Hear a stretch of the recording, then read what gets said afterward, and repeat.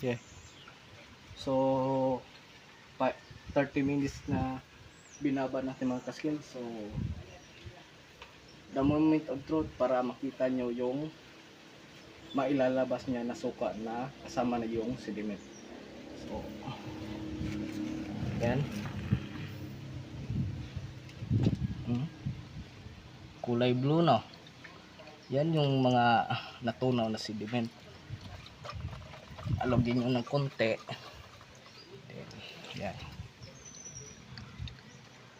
Diba?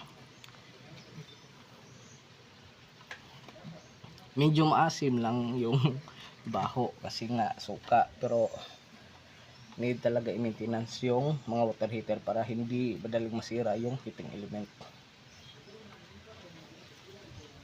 So lagay muna natin dito kasi may tatanggalin pa tayo sa ibang room.